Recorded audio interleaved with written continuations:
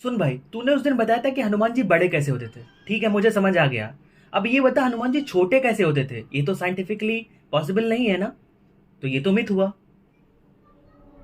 तूने सच में science school के पीछे ही पड़ी है।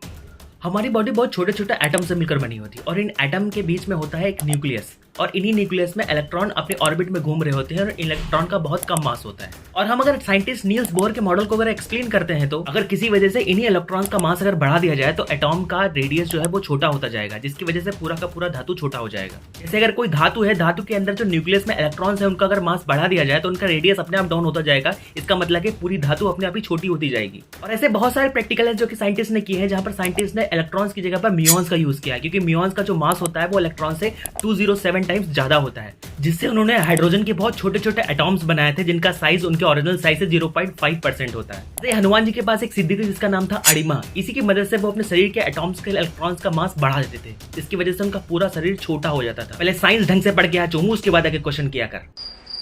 मैंने क्या ही पढ़ाई की है यार। हो गया, चल निकल।